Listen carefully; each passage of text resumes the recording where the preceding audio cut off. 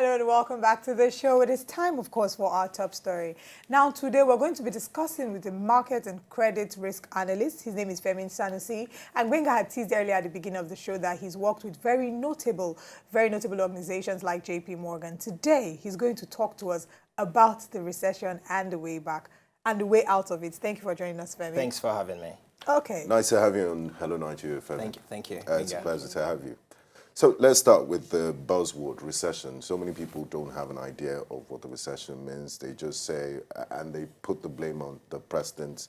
They say, oh, it's Buhari, there's no money available. Even people who were not doing well before are blaming it all on the recession. Broke. So in layman's term, could you explain why we're in a recession and whose fault was it? How did you get here in the first place?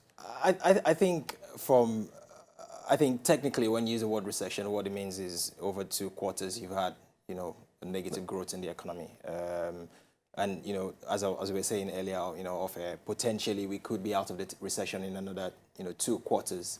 But I think the issue with the recession is it's not so much about when you come out of the recession, it's how long it takes you for the economy itself to grow and start expanding. Because from an economic perspective, you go through technically 4 phases. You have the expansion, you get to the peak, and then you have contraction, and then you potentially have a recession if you're not careful. It's how you deal with those 4 phases that determines how your economy grow. Being able to identify, what are the factors that make each of those the various sections or sectors or those phases itself enable you to grow. So from a layman's perspective, I think there's a lot of things that have happened, not over the last decade that's brought us to this point. And I think there's been a lot of, focus in the media and everything as to, what's happened, who's been responsible. But I think in essence, what I would say is the reason people voted for this government is, they wanted change, they wanted things to get better. And I think we should ideally just move on from who was responsible, what's responsible. But I need to ask you a question before we finally leave the matter of who was responsible and what was responsible. What could have possibly gone wrong? Only a few months, I will use months quite loosely, but years, we had a debasing of the economy.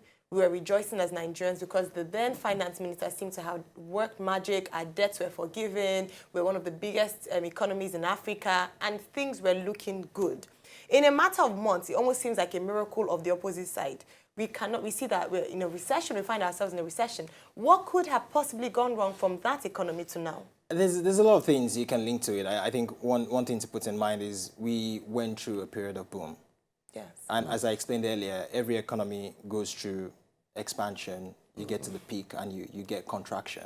So what you need to do as an economic policy analyst or as a government is to ensure that when you have the expansion or you get to the peak, you should definitely know that world events or local events would potentially bring you to the period where you have contraction. So okay, how do you cushion against and this comes back to the issue of not saving when we had for rainy days. Okay, for rainy days. So I want to ask, that's one aspect of it. Some people who are currently in government have argued that regardless of who is in power, we still would have gotten to where we are. Now you've explained the 3 phases, the expansion, the peak, the contraction, and then the recession. Yeah. Is it safe to say, or can their argument be validated that regardless of which government is in power, we still would have gone through the same phases and landed ourselves in a recession? No, it's possible to avoid it. But I mean, we live in a global, in a global society. Things that happen around the world will potentially impact us. So if we go back 7 years, during 2008 crisis, the reason it impacted Nigeria was because, most fund managers globally had to draw their funds from all over the world, had to put it in a more secure investment like gold, etc. So you saw a drain in our capital markets, impacting our capital markets, and potentially that set a flow of chain events within the Nigerian economy, and it impacted us as well. So we do live in a global economy and a global society. So things that happen around the world will impact us. But the policy and the way you implement the policy also matters as a government. I think one of the errors that this present administration potentially made was the fact that they did not act as quickly as they should have done, and I think that's triggered what we are seeing today. You can't leave an economy that is, facing a lot of challenges for 9 months without, having people in place to tackle the tackle situation. the challenges. And that brings me to our next question, solutions. Yeah. We've moved past the blame phase, and let's face the issue at hand now. The 2016 budget was tagged the budget of hope. We're approaching 2017. 2016 is almost over. The government has said they're going to spend their way out of recession. So many monies will be pumped into capital projects for infrastructure, which would create jobs and help the economy expand if you look at the value chain of it. Are they doing enough? And what else does the government need to do in order to get us out of recession in the quickest time possible? Well, what I would say is you can't just spend your way out of recession. And I think, I've discussed it with a number of people. So if you had the opportunity to talk to Dr. Kemi Adeosun, your good friend, you would tell her that you can't spend your way out of recession. No, what I would say is... Is the approach wrong? What I would say is there are two things. I think people need to know what your policies are as a government, not just people in Nigeria. I think internationally people need to understand what your policy is and what's your aim. It helps investor confidence. Exactly, it helps investor confidence, and it also helps even the local investors and international investors. I think you need to be able to define what your short-term goals are, your medium and a long-term. I think at the moment a lot of people are talking about diversifying the economy, moving into agriculture, not dependent on oil. That doesn't happen in a day.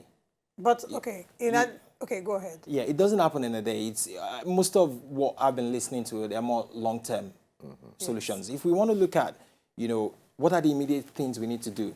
Nigerian economy, I tell people, it doesn't follow your standard economic theory, because from an economic theory, when you have GDP expansion that we had previously, you would expect unemployment to reduce. Yeah. It's not the case in Nigeria. Like you mentioned earlier. If you have inflation, you expect interest rate to go down. It's not the case in Nigeria.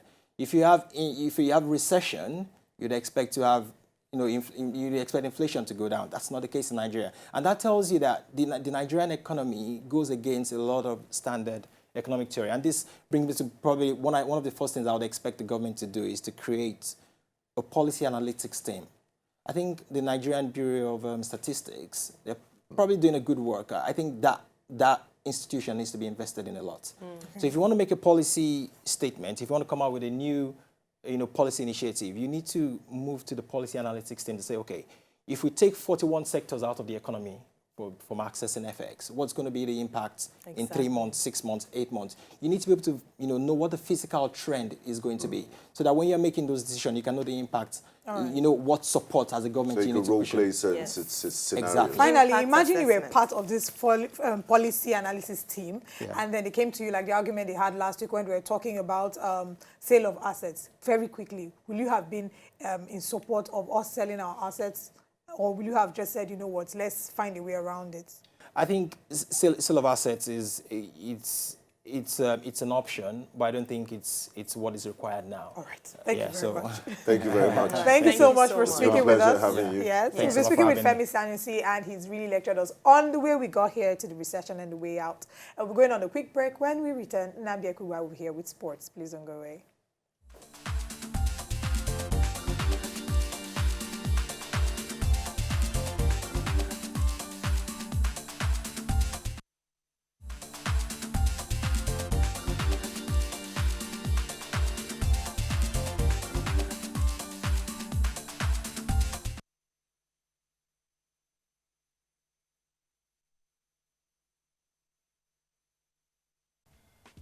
To enjoy more of these our Ogbonge videos when you just watch, press this button to subscribe on top of our YouTube page.